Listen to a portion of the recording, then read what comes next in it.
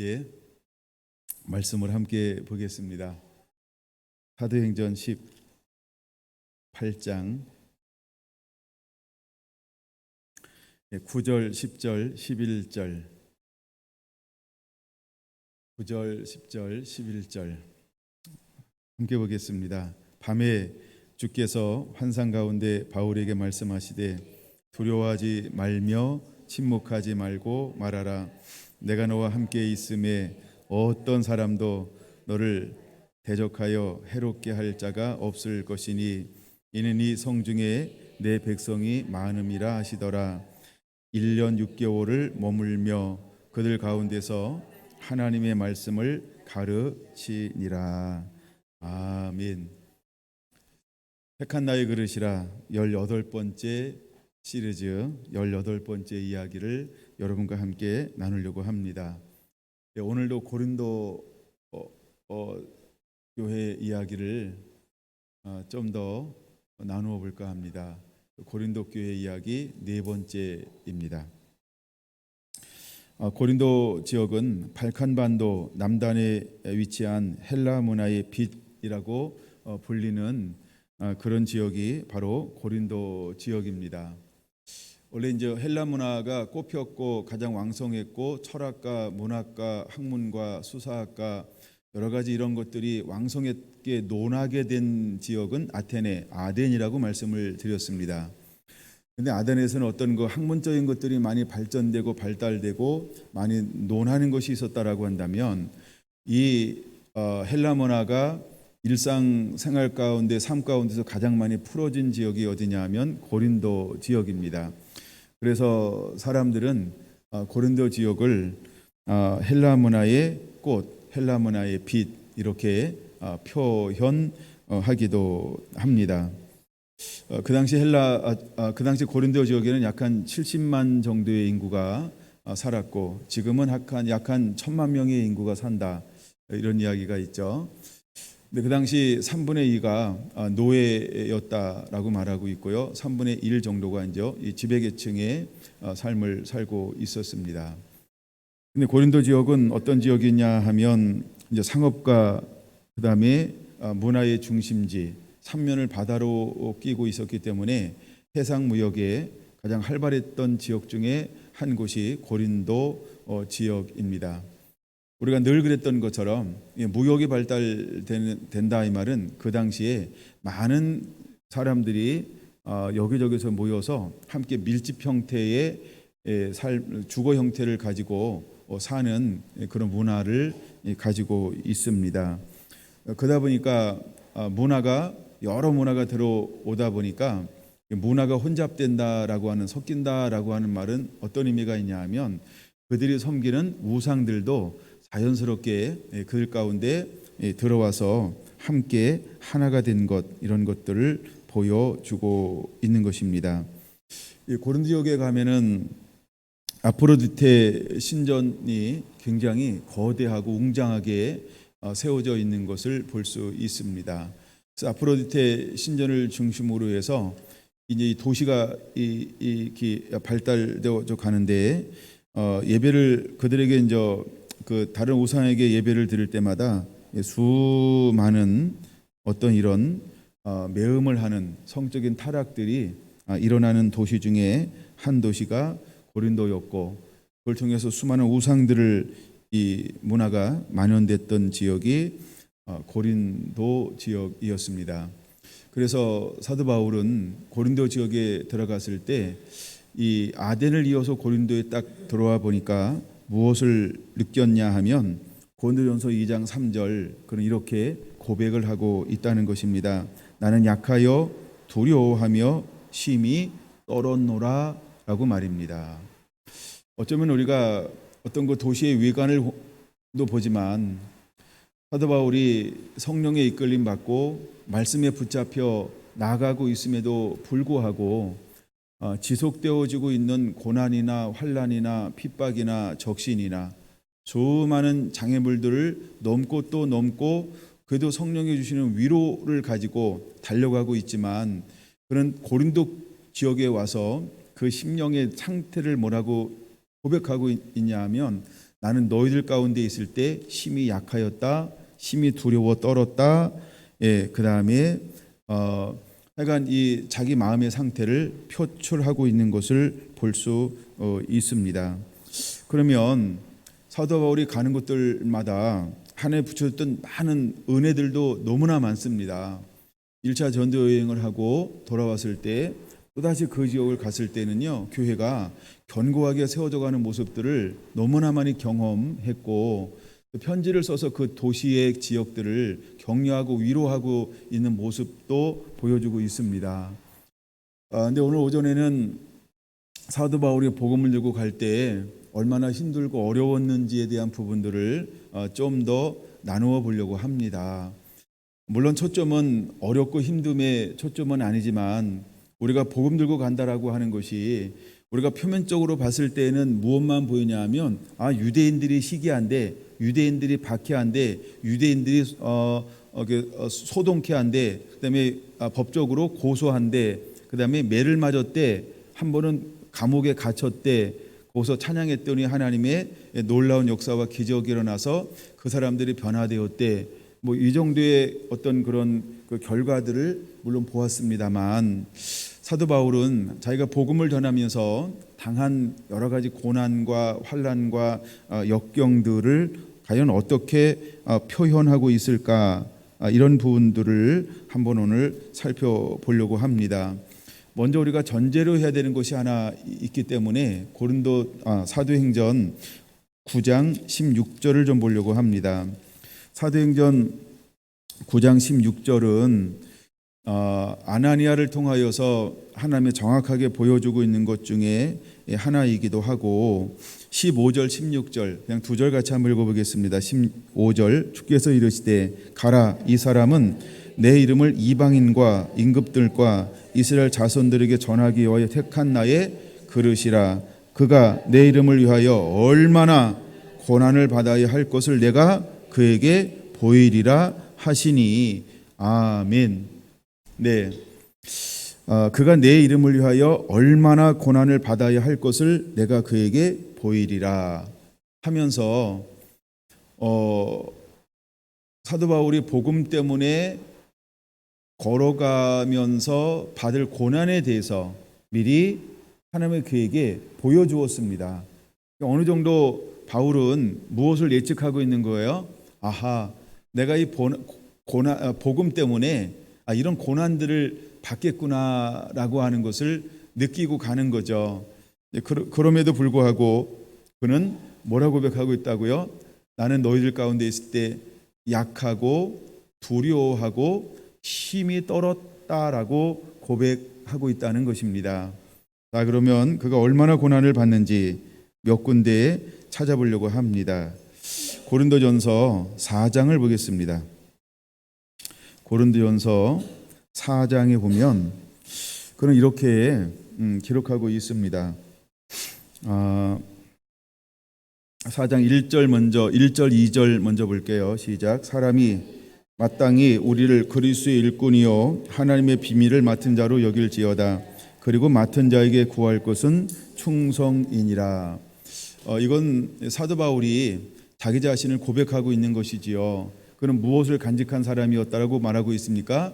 하늘의 비밀을 간직한, 즉 계시를 간직한, 즉 비밀이 무엇일까요? 예수 그리스도가 비밀인 것입니다.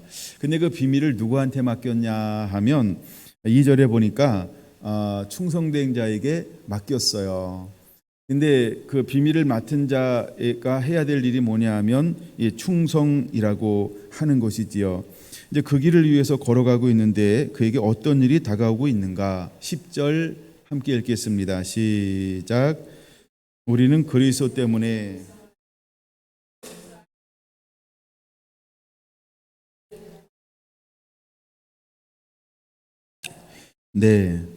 우리는 그리스도 때문에라고 말하면서 이제 복음을 들고 갈 때 그의 모든 중심, 그의 모든 해답은 언제나 어디를 중심으로 생각하고 있냐면 예수 그리스도, 즉 복음을 중심으로 생각하고 있는 것을 볼 수 있습니다. 그래서 사도 바울은 복음 때문에 그는 어리석게 되었다라고 말하고 있습니다. 그는 복음 때문에 약하게 되었다라고 말합니다. 예, 그는 복음 때문에 비천하게 되었다라고 고백하고 있는 것입니다. 복음이 핵심이 무엇이라고요? 예수 그리스도. 그래서 그는 예수 그리스도 때문에 어리석게 되었고 그 다음에 약하게 되었고 비천하게 되었다라고 말합니다. 그러면서 구체적으로 그가 어떤 복음 때문에 고난을 받게 되었는지 이제 11절, 12절, 13절 이렇게 기록하고 있습니다. 같이 읽습니다. 바로 이 시각까지 우리가 줄이고 목마르며 헐벗고 매맞으며 정처가 없고 또 수고하여 친히 손으로 일을 하며 모욕을 당한 즉 축복하고 박해를 받은 즉 참고 비방을 받은 즉 권면하니 우리가 지금까지 세상의 더러운 것과 만물의 찌꺼기 같이 되었도다. 이것이 사도 바울이 복음을 들고 다니면서 겪었던 자신의 경험을 고린도 교인들에게 고백하고 있는 것입니다. 바로 자기는 예수 그리스도 때문에 수없이 줄이고 또 목마르고 또 헐벗고 또 매맞고 또 머리 둘 곳이 없었고 또 수고하고 또 자비량으로 일하고 또 모욕을 당하고 그러나 그들을 축복하고 또 박해를 받았음에도 불구하고 인내하고 비방을 받았지만 그들을 복음으로 권면했고 이것이 복음을 전하는 사도 바울의 일상의 삶이었다라고 고백하고 있는 것입니다. 여러분 여기 잘 봐야 됩니다. 고난을 받을 때 박해를 받을 때 정말 억울하고 그 다음에 아무 이유 없이 복음 때문에 당할 때 그는 대항했나요? 그는 대항했을까요? 그는 대항했을까요? 그럼 이 환난과 고난과 핍박 가운데 그는 어떻게 했다는 거예요? 그걸 전부 수용하고 받아들이고 참고 그렇죠? 인내하고 도리어 그들을 축복하며 그들을 복음으로 권면하고 그는 내가 복음 때문에 이것이 나의 전부가 되신 예수 그리스도 때문에 당하는 고난으로 받아들이고 어떻게 했다는 거예요? 이거를 인정했다는 거예요. 나는 예수 그리스도 때문에 고난을 받는다. 나의 고난은 예수 그리스도 때문이다. 내 개인의 신상이나 내 문제 때문에 고난을 받는 것이 아니고 예수 그리스도 때문에 고난을 받는 것이니까 이 모든 것을 내가 받아들인다라고 하는 고백을 하고 있는 것을 볼 수 있습니다. 14절 그러면서 그는 그들을 향하여 어떤 마음을 가지고 나갔을까? 내가 너희를 부끄럽게 하려고 이것을 쓰는 것이 아니라 오직 너희를 내 사랑하는 자녀같이 권하려 하는 것이라. 이것이 사도 바울의 중심이었다는 거예요. 그러니까 사랑하는 아들을 사랑하는 자녀를 대함같이 그들을 권면하기 위해서 지금 쓰고 있다라고 말하고 있는 것이죠. 그러면서 무엇을 보여주고 있냐 하면 여러분 우리가 이 15절의 마음을 품어야 할 줄로 믿습니다. 정말 우리의 마음이 이런 마음이 되기를 원하고 이런 삶이 되기를 원합니다. 15절 같이 한번 읽어볼까요? 그리스도 안에서 1만 시승이 있으되 아버지는 많지 아니하니 그리스도 예수 안에서 내가 복음으로써 너희를 낳았음이라. 할렐루야. 그는 스승으로서의 삶을 산 것이 아니고 영적 아비로서의 삶을 살았다 이렇게 고백하고 있습니다. 할렐루야. 단순히 여러분 우리는 전달하고 전수하는 것으로 끝나는 것이 아니고 어떤 삶을 살아야 한다? 영적 아비와 같은 아버지의 심령을 가지고 그들을 대하는 자, 복음을 전하는 자. 그러니까 아버지의 심정을 가지고 핍박과 고난과 환난을 접하니까 그들을 향하여 어떻게 하는 거예요? 참고 인내하고 권면하고 품고 용납하고 용서하고 또 사랑하고. 할렐루야. 이것이 사도 바울의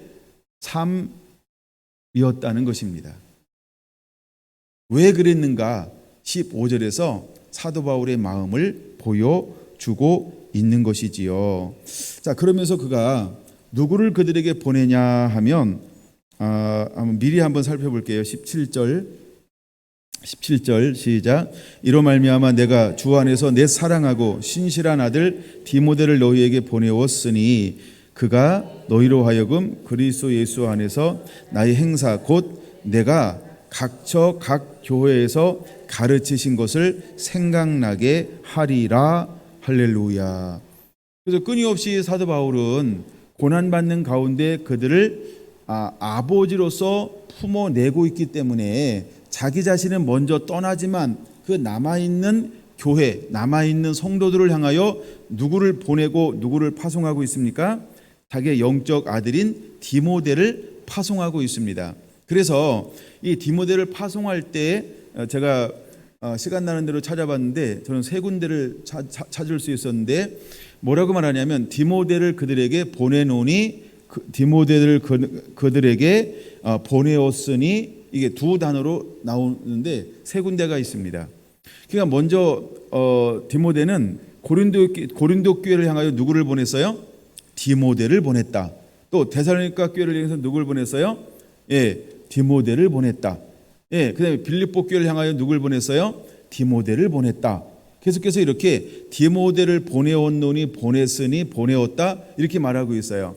그럼 디모데는 그들에게 가서 어떤 역할을 하는 걸까요? 지난번에 신라와 디모데를 좀 나눴잖아요. 신라는 직책이 뭐였어요? 직분이 그는 선지자였죠. 어디서부터 파송받았어요? 예루살렘으로부터. 그냥 문제가 생기니까 안디옥에 파송했어요. 문제를 해결하고 다시 돌아갔는데 다시 또 와서 사도 바울과 매치가 되어서 2차 전도 여행의 동행자가 되어지면서 함께 사역하는 사람이 되었어요. 그래서 사도 바울은 씨를 심고 또 신라는 뭐 했을까요? 예, 물을 주고 그래서 성도들을 권면하고 안위하고 위로하는 일들을 감당하게 되어집니다. 가다가 그다음에 루스드라 이고니온에서 누구를 만나요? 예, 디모데를 만납니다. 디모데도 함께 동역자가 되어지죠. 동역자가 되어서 함께 사역을 감당할 때 디모데도 똑같이 어떤 역할을 감당한다? 그들에게 파송해서 보내오려서 교회에게 양육하는 사역, 그래서 교회를 권면하고 안위하고 위로하는 사역에 누가 참여하게 된다? 디모데가 함께 참여하게 된다라고 하는 것을 말씀을 드렸습니다. 근데 그들을 향하여서 자기가 돌아왔던 그 교회들을 향하여서 뭐라고 표현하고 있냐 하면 17절 내가 주 안에서 내 사랑하고 신실한 아들 이 디모데를 너희에게 보내서 내가 가르친 것을 생각나게 하려 함이니라. 디모데의 역할이 뭐예요? 그렇죠? 사도 바울이 전했던 복음을 생각나게 함을 통해서 그들을 격려하고 위로하고 안위하는 역할들을 감당했던 것을 볼 수 있습니다. 한번 거기다 선 하나 껴놓고 디모데 후서 이거는 나중에 오후에 더 디모데를 혹시 다룰 때 디모데 부분에서 좀 다루겠습니다. 섞이면 안 될 것 같은데 오전에는 뭐냐 하면 사도 바울이 얼마나 고난을 받았는가, 고난에만 한번 초점을 두어볼까 합니다. 그러면 두 번째 우리가 찾아봐야 될 성경이 있는데 빌립보서 4장입니다. 빌립보서 4장으로 넘어가 볼게요. 빌립보서 4장 10절부터 한번 보겠습니다. 빌립보서 4장 10절부터 13절까지 보겠습니다. 준비됐나요? 내가 주 안에서 크게 기뻐함은 너희가 나를 생각하던 것이 이제 다시 싹이 남이니 너희가 또한 이를 위하여 생각은 하였으나 기회가 없었느니라. 내가 궁핍함으로 말하는 것이 아니라 어떠한 형편이든지 나는 자족하기를 배웠노니 나는 비천에 처할 줄도 알고 풍부에 처할 줄도 알아. 모든 일 곧 배부름과 배고픔과 풍부와 궁핍에도 일체의 비결을 배웠노라. 내게 능력 주신 자 안에서 내가 모든 것을 할 수 있느니라. 할렐루야. 바로 이것이 사도 바울의 고백입니다. 물론 제가 나중에 결론을 맺을 때 이걸 다시 한번 볼 수도 있습니다. 그럼 사도 바울은 자기가 당하는 고난을 통해서 무엇을 배우게 되었을까요? 자족하기를 배웠다 이렇게 말하고 있어요. 뭘 배웠다고요? 자족하기를 배웠다 이렇게 말하고 있습니다. 그 다음에 12절에도 내가 일체의 비결을 배웠노라 이렇게 말하고 있어요. 할렐루야. 그러면 사도 바울은 복음 때문에 당하는 고난을 통하여서 이것을 이기고 또 때로는 넘어지고 때로는 이기고 때로는 넘어지면서 무엇을 배우게 된 걸까요? 그렇죠. 이기는 법을 배웠죠. 그 다음에 또 무엇을 배운 걸까요? 중요한 겁니다. 모든 근원을 이 땅에 두지 않고 나를 보내신 예수 그리스도, 그분을 나의 무엇으로 삼았다? 공급원으로 삼았다. 할렐루야. 그래서 사도 바울은 고난을 통해서 하나님이 나의 공급원입니다. 예수님이 나의 공급원입니다. 성령님이 나의 공급원입니다. 이것을 몸으로 실제 삶의 현장에서 체득한 사람이 누구였다? 사도 바울이었다는 겁니다. 이처럼 우리에게도 복음 때문에 당하는 이 신앙생활을 하면서 오는 모든 여러 가지 일들을 통해서 정말 공급원은 하나님인 것을 배우게 되기를 축원합니다. 그래서 그는 위대한 고백을 하고 있는 거예요. 13절 다시 한번 고백해 볼까요? 시작. 내게 능력 주신 자 안에서 내가 모든 것을 할 수 있느니라. 이거는 그냥 머리에서 나오는 것이 아니고 자신의 삶의 체험에서 체득된 것에서 나오는 고백이 내게 능력 주신 자 안에서 나는 모든 것을 할 수 있습니다 라고 하는 고백이 나오게 된 거라는 것입니다. 여러분 거기다 손 하나 껴놓고 고린도 후서 11장을 다녀오겠습니다. 고린도 후서 11장 고린도 후서 11장 16절부터 한번 보겠습니다. 16절부터 22절까지 먼저 보겠습니다. 시작. 내가 다시 말하노니 누구든지 나를 어리석은 자로 여기지 말라. 만일 그러하더라도 내가 조금 자랑할 수 있도록 어리석은 자로 받으라. 내가 말하는 것은 주를 따라 하는 말이 아니요 오직 어리석은 자와 같이 기탄 없이 자랑하노라. 여러 사람이 육신을 따라 자랑하니 나도 자랑하겠노라. 너희는 지혜로운 자로서 어리석은 자들을 기쁘게 용납하는구나. 누가 너희를 종으로 삼거나 잡아먹거나 빼앗거나 스스로 높이거나 뺨을 칠지라도 너희가 용납하는도다. 나는 우리가 약한 것 같이 욕되게 말하노라. 그러나 누가 무슨 일에 담대하면 어리석은 말이나 나도 담대하리라. 그들이 히브리인이냐 나도 그러하며 그들이 이스라엘이냐 나도 그러하며 그들이 아브라함의 후손이냐 나도 그러하며 그들이 그리스의 일꾼이냐 정신없는 말을 하거니와 나는 더욱 그러하도다. 거기까지요. 여러분 이 말이 고린도전서 4장의 말을 다시 하고 있다라고 하는 눈치를 채야 됩니다. 눈치 늦은 분들을 위해서 다시 가르쳐 준 거예요. 제가 고린도 후서 4장 10절 이하 이렇게 적어 놓으면 나중에 이게 오버랩이 되어집니다. 그래서 다시 한번 그들에게 말하는 거예요. 내가 어리석게 된 이유가 뭐냐? 내가 약하게 된 이유가 뭐냐? 하여간 그 부분에 대해서 다시 한번 이렇게 하면서 말하고 있습니다. 그러면서 그는 이미 이제 거기 오면 한번 이런 걸 한번 찾아볼 수 있어야 돼요. 내가, 나는, 나도, 나를, 하여간 이런 단어요. 그러니까 갑자기 사도 바울이요 예수님을 말하다가 갑자기 누구를 드러내고 있어요? 나. 사도 바울 자신을 드러내고 있어요.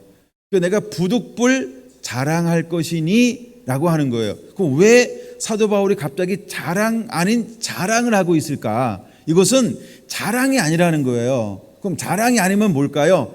간증. 자랑이 아니면 뭐라고요? 간증. 왜 간증을 하고 있을까요? 나는 이런 것을 당함을 통해서 뭘 배웠다? 내게 능력 주신 자 안에서 모든 것을 할 수 있는 것을 나는 배웠다. 나는 자족하는 비결을 배웠어. 나는 일체의 비결을 배웠지. 무엇을 통해서? 고난을 통해서. 할렐루야. 이것을 사도 바울은 자랑이라고 표현하면서 자기 자신을 드러내고 있어요. 그럼 때때로 여러분 우리는 간증을 해야 될까요? 안 해도 될까요? 간증은 필요합니다. 근데 간증하다 보면은 간증하고 이 종이 한 장 차이인데 가끔 자기 이야기를 할 수 있죠. 자기를 높일 수 있죠. 자기의 멋진 이야기를 할 수 있죠. 자기의 실패를 이야기할 수 있죠. 그러면 이게 고깝게 보는 사람들은 뭐라고 볼 수 있어요? 아이고 자랑하고 있네. 아이고 실패한 이야기하고 있네. 그래서 꼭 자기 이야기하고 있네. 이렇게 볼 수 있다는 거예요. 그렇죠? 근데 여러분 우리가 간증이라고 하는 것은 뭐냐 하면 자기에게 일어난 것을 하는 게 간증이죠. 마찬가지로 사도 바울도 자기에게 일어난 것을 이야기하면서 뭐라고 표현했어요? 부득불 나를 드러낼 수밖에 없다. 자랑할 수밖에 없다. 그러므로 여러분들이 복음을 증거할 때 자기의 이야기를 해야 될까요? 안 해야 될까요? 남이 이야기만 하면 재미있어요? 재미없어요? 그렇죠. 그래서 우리가 내게 일어난, 그래서 사도 바울은 결국 결론이 뭐였어요? 예, 빌립보서 4장에 말하고 있는 것처럼 일체의 비결을 배웠다. 그는 일체의 비결을 배웠다. 나는 내게 능력 주신 자 안에서 모든 것을 할 수 있는 삶을 지금 살아가고 있어 라고 자기 자신을 고백하고 있는 것을 깨달아야 합니다. 자, 그러면 그가 복음 때문에 구체적으로 어떻게 고난을 받았는가는 이 고린도서 10장 23절에서부터 28절까지가 가장 많이 기록하고 있어요. 다음 굉장히 흥미진진할 거니까 한번 제가 읽어볼게요. 여러분 잘 들어보세요. 내가 수고를 넘치도록 했다. 그는 이렇게 말하고 있어요. 그 뭐 했다고요? 수고를 넘치도록 했다. 두 번째, 옥에 갇히기도 더 많이 하고, 그런 수없이 옥에 갇히는 일을 복음 때문에 반복해서 살게 되어집니다. 그 다음에 세 번째, 매도 수없이 맞고, 매를 한 번 정도 맞은 게 아니고요, 수도 셀 수 없을 정도로 뭐 때문에? 복음 때문에 나는 매를 수없이도 맞았다. 이렇게 말합니다. 그 다음에 네 번째, 여러 번 죽을 뻔 하였지. 뭐 죽을 뻔한 기록은 정말 성경에도 많이 기록되어져 있어요. 로마서에도 있고, 로마서 8장 36절에도 있고, 고린도 전서 5장 30절에서 32절도 있고, 고린도 후서 1장 9절 10절에도 있고, 4장 11절 6장 9절에도 죽을 뻔했던 사실이 기록되어져 있습니다. 그 다음에 이제 24절이에요. 유대인들에게 그 하나 좀 표시해 놨으면 좋겠어요. 특별히 그가 유대인들에게는 어떤 고난을 받았는가 한번 소개를 하고 있습니다. 40에 하나 감한 매를 한 번도 아니고요, 5번 맞았는데도 안 죽었어요. 병신이 안 됐어요. 야, 이건 대단한 겁니다. 40에 하나, 그럼 39배 맞았다는 거 아니에요? 여러분 한번 샘플로 누가 맞고서 결과가 어떤지 임상 한번 자원하실 분 있습니까? 자원 안 되면 좀 이렇게 사례라도 좀 줘서 권장을 한 39대씩 5번 맞아, 물론 텀이 있겠죠. 예, 어떻게 되는가 한번 실험을, 그냥 이거 실험하지 말고 역사 자료를 한번 읽어서 권장을 40대 맞는 게 어떤 일인지를 여러분 찾아보시기 바랍니다. 근데 사도 바울은 복음 때문에 40에 하나 감한 매를 몇 번이나 맞았다고요? 5번이나 맞았다는 거예요. 얼마나 고통스러운 그 길을 걸어갔는지. 오늘은 좀 우리가 사도 바울이 복음 때문에 당하는 이 고난 속으로 오전에 좀 더 들어가 보기를 원합니다. 예. 그 다음에 3번 뭘로 맞고요? 태장을 맞고 3번이나 태장을 맞았어요. 예, 지금도 이슬람권에는 태장이 있다고 그러죠. 예, 근데 그냥 이렇게 뭐 한번 때린다, 아프다, 설설 이런 게 때린 게 아니고요. 그렇죠? 죽을 힘을 다해서 때리는 거예요. 태장이라고 하는 게. 예, 태장이 그런 겁니다. 지금도 그 싱가포르 가면 태장이 있다라고 그러죠. 싱가포르 가서 안 해야 될 일 중에 하나 제가 배운 거는 껌 씹으면 안 된다. 껌 씹는 건 되는데 뱉잖아요. 그럼 그건 태장을 맞는다는 거예요. 와우. 그래서 껌을 안 가지고 가야 돼. 그 다음에 몇 번째입니까? 7번째, 한 번 돌로 맞고. 그건 14장 9절에 기록되어져 있어요. 고린도. 돌로 맞고. 돌을 들어 치는 것은 그들의 문화이기도 하지만 그냥 단순히 돌로 들어 친다 이 말은 뭐냐 하면 그를 죽이려고 하는 거예요. 그 다음에 8번째, 3번 파손하고 이렇게 말을 해요. 배를 타고 가다가 이 풍랑을 만나서 배가 막 이렇게 뒤집히고 막 이렇게 깨지고 뭐 이랬던 것이 몇 번이나 있었다. 그러니까 죽을 고비를 또 3번이나 넘겼다. 이런 고백을 하고 있는 것입니다. 여러분, 우리가 교통사고 나는 것은 아무것도 아닙니다. 이런 건 그쵸? 이런 거는 네, 물론 살짝 난 거요. 교통사고 안 나게 될지어다. 그 다음에 일주야를 깊은 바다에서 지냈으며 26절 여러 번 여행하면서 뭘 만나요? 강도의 위험을 만났어요. 실제대로 강도들이 와가지고 수없이 그들의 것들을 그 다음에 강의 위험과 이거 바꿔서 봤네요. 그 다음에 강의 위험과 강을 건너려고 하는데 이 강이 막 범람하고 때로는 막 물결이 막 세가지고요. 이 물결에 휩쓸려 내려가는 거예요. 이래가지고 죽는 사람들도 있죠. 저도 이제 실제로 군대에서 경험을 했습니다. 강을 도하 작전을 하다가 소령인데 작전 장교가 안 보이는 거예요. 그래가지고 모든 훈련 끝. 그 다음에 3일 만에 그 시신을 찾았던 것을 하여간 그런 경험이 있습니다. 근데 사도 바울은 복음을 들고 가다가 강을 수없이 넘었겠죠. 근데 그런 강의 위험과라고 하는 것은 그런 걸 말하는 겁니다. 갑자기 물이 불어나고 그것을 건너갈 수밖에 없는데 그것을 막게 하는데 그런 강의 위험을 수없이 경험한 거예요. 그 다음에 가는 곳들마다 강도의 위험과 예루살렘에서 여력으로 내려가다가 강도를 만난 사람처럼 제가 이제 실제로 그 지형에 가봤거든요. 근데 그게 가능한 거예요. 여기 안 보여. 그러니까 짱 박혔다가 모든 걸 이렇게 털어가는. 지금도 여러분 강도가 있는데 그 시대는 사법권이 지금처럼도 발달되지 않았으니까 얼마나 많은 이런 강도들이 많았을까.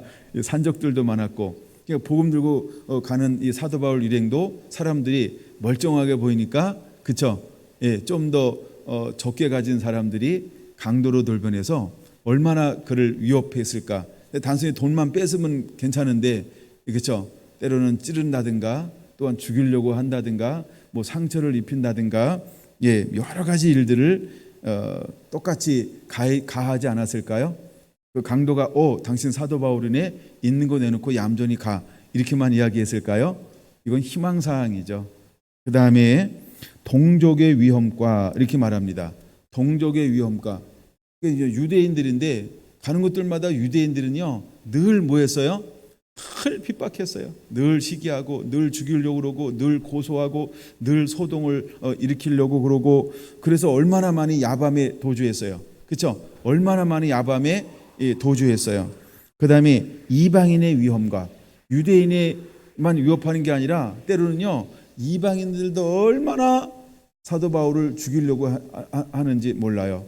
때로는 그 유대인들이 돈을 줘서 고소하게 만들고, 그렇죠? 돈을 줘서 이방인들을 선동해서 사도 바울 일행을 죽이려고 했던 수많은 경험들이 이 복음 때문에 그가 걸어가는 길입니다. 그 다음에 아까 강의 위험도 있었는데 지금 뭐가 나왔어요? 또 시내의 위험과, 시내의 위험과.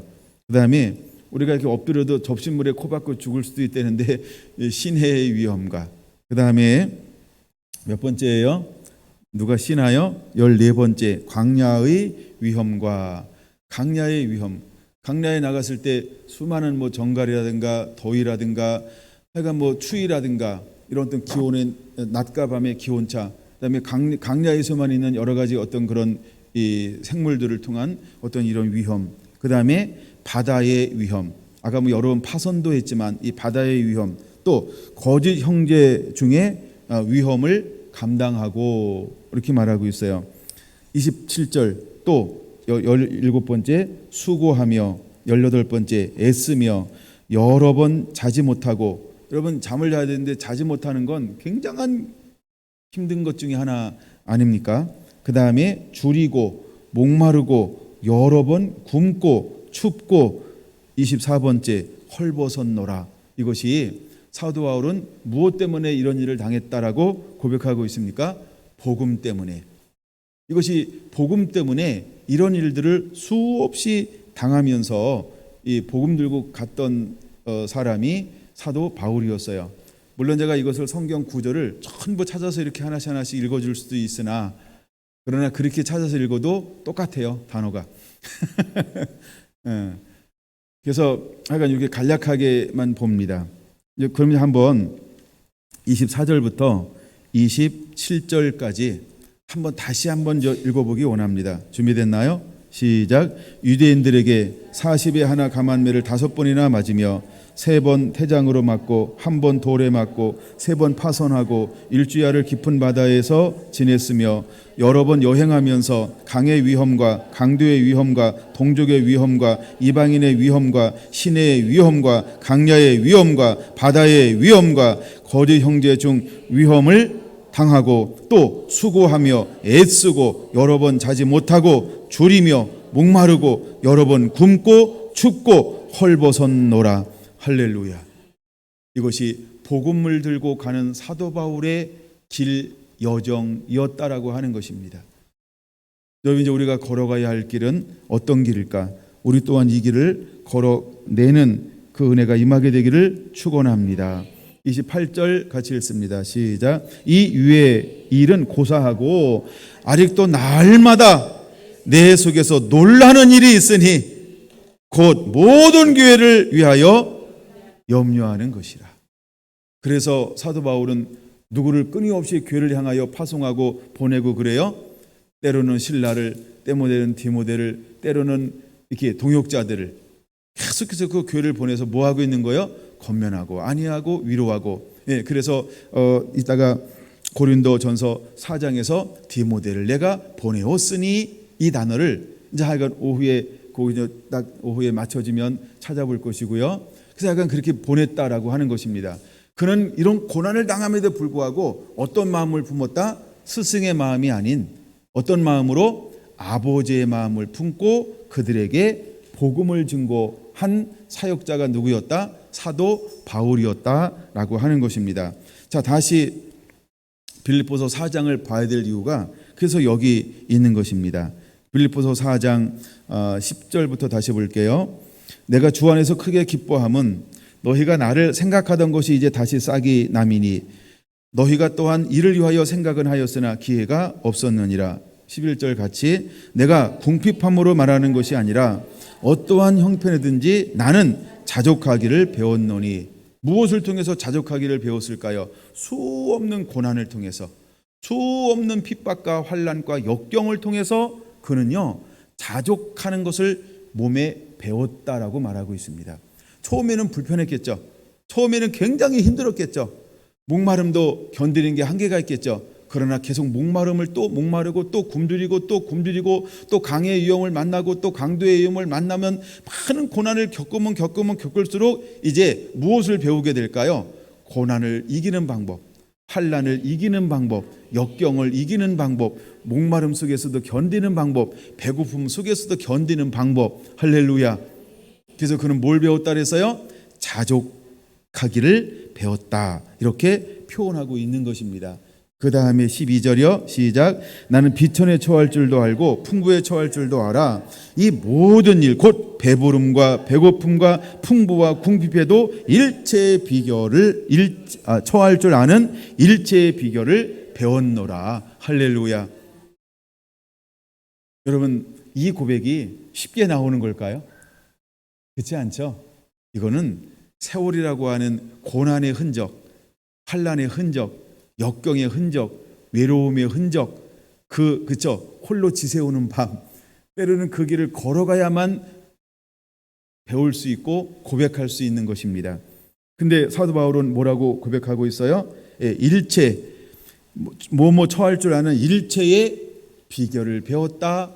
그는 이렇게 고백하고 있습니다. 무엇 때문에 그는 이런 길을 걸어갔나요? 바로 복음 때문이라는 것입니다. 복음 때문이라는 것입니다. 그래서 여기서 그가 배워서 정말 무엇을 경험적으로 취득하게 되냐 하면 13절은요 그냥 이걸 내가 머리로만 외우고 있잖아요. 능력 안 나타납니다. 이거는 삶의 현장에서 체득되어서 고백되어져야 하는 것입니다. 그런 의미에서 13절 세 번만 같이 읽겠습니다. 준비됐나요? 시작. 내게 능력 주신 자 안에서 내가 모든 것을 할 수 있느니라. 내게 능력 주신 자 안에서 내가 모든 것을 할 수 있느니라. 내게 능력 주신 자 안에서 내가 모든 것을 할 수 있느니라. 아멘. 이게 정말 와 닿습니까? 이게 와 닿습니까? 이게 와 닿습니까? 이게 내 심령에 와 닿습니까? 사도 바울은요 그 고난을 통해서 그 역경과 환난을 통해서 수없는 긴 밤을 지새우며 거기서 경험적으로 배운 거예요. 나와 함께 하신 하나님, 나를 위로하시는 하나님, 나를 도우시는 하나님, 나를 품으시는 하나님, 나를 인도하시는 하나님, 먼저 앞서 행하시는 하나님, 필요할 때 계시를 주시는 하나님, 필요할 때 말씀을 주시는 하나님, 필요할 때 임재와 성령을 부어주시는 하나님, 필요할 때 성령의 능력과 역사가 기름을 부어서 나타나게 하시는 하나님, 위기 때 가장 적절할 때 오셔서 도우시는 하나님, 그분의 영광을 드러내기를 주저하지 않는 하나님. 그러나 내가 원할 때 침묵하셨지만 결정적일 때 그분은 반드시 자기 자신을 드러내서 영광을 취하시는 하나님. 그는 내가 원할 때 온 것이 아니고 그분이 원할 때 오셔서 모든 것들을 하심을 통하여서 사도 바울은 경험을 통해서 무엇을 배운 거예요? 의심하지 않습니다. 두려워하지 않습니다. 무서워하지 않습니다. 포기하지 않습니다. 좌절하지 않습니다. 절망하지 않습니다. 왜요? 내가 복음 안에 있으면, 내가 말씀 안에 있으면, 내가 그분의 기쁨이 되어져 있으면 그분은 반드시 그분이 원하는 때에 오셔서 그분의 영광을 자기 자신을 통하여 내가 순종하고 있는 한, 내가 그분의 말씀에 순종하고 있는 한 나를 통하여서 그분의 영광을 드러낼 거라고 하는 사실을 경험적으로 알게 되었다는 것입니다. 어쩌면 다윗의 삶과 똑같다라는 거예요. 저는 이 부분을 묵상하면서 다윗이었구나. 저는 이 부분을 묵상하면서 아브라함이었구나. 저는 이 부분을 묵상하면서 모세였구나. 그것을 묵상하게 되었어요. 여러분, 아브라함이 하나님의 말씀을 쫓아갔는데 가나안 땅, 젖과 끓는 땅에 사는데 무엇이 왔어요? 가뭄이 왔어요. 근데 그 소리가 찾아볼 수 없는 게 뭐냐 하면 왜 아브라함은 하나님 앞에 묻지 않았을까? 왜 아브라함은 하나님 앞에 묻지 않았을까? 왜 하나님 앞에 묻지 않았을까요? 가뭄이라고 하는 것은 아브라함에게는 무엇이었을까요? 그것이 시험이었다는 거예요. 그는 묻지 않고 어디로 내려갔어요? 애굽으로 내려갔어요. 애굽으로 내려가니까 무엇을 해야만 됐어요? 목숨의 위협을 느꼈어요. 거짓말을 해야만 됐어요. 물론 하나님이 그를 도우셨고 함께 하셔서 보호해 주셨지만 아브라함에게는 무엇이었을까요? 시험이었다는 거죠. 시험이었다는 거죠. 아브라함에게는 무엇이었다고요? 시험이었다는 것이죠.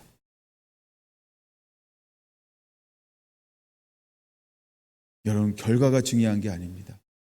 하나님은 아브라함에게 무엇을 보기를 원했을까? 내게 능력 주신 자 안에서 내가 모든 것을 할 수 있다라고 하는 비결을 삶으로 경험으로 깨닫게 하기를 원했던 겁니다. 근데 사도 바울은요, 삶으로 그것을 체득하게 되는 거예요.